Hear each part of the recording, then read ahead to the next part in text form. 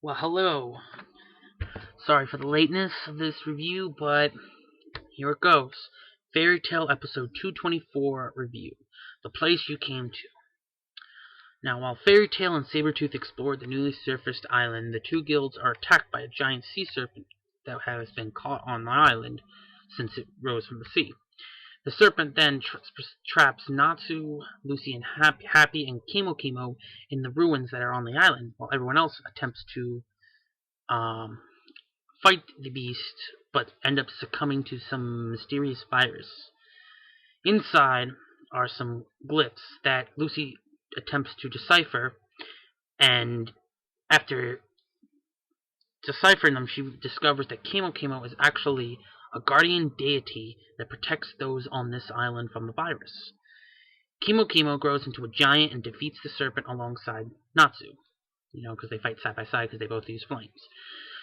This, and then proceeds to cure everyone in the process. However, Kimo merges with the island as it sinks into the ocean, leaving a seed behind that Natsu plants in front of his house in memory of Kimo. Now, that's, basic, simple summary. But it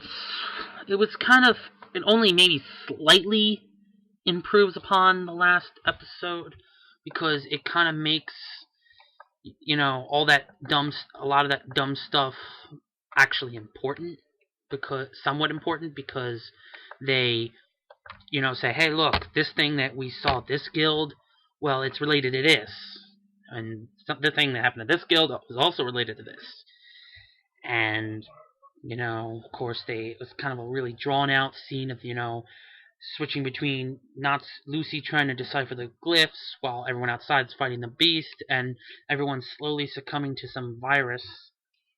And then you have Lucy, who finally figures everything out, and then, like I said, Kimo releases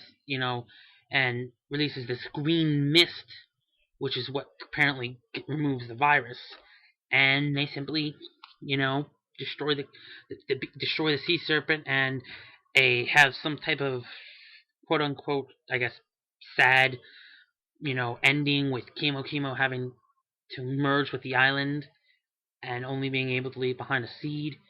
Kind of, I guess, making sure that, hey, look, this is why you don't sit, that's the type of thing that they tend to do in filler episodes that makes you that in certain, or at least certain filler episodes that they do to show you, hey, look, this is why you won't see it, this character ever again, because, in the filler they die.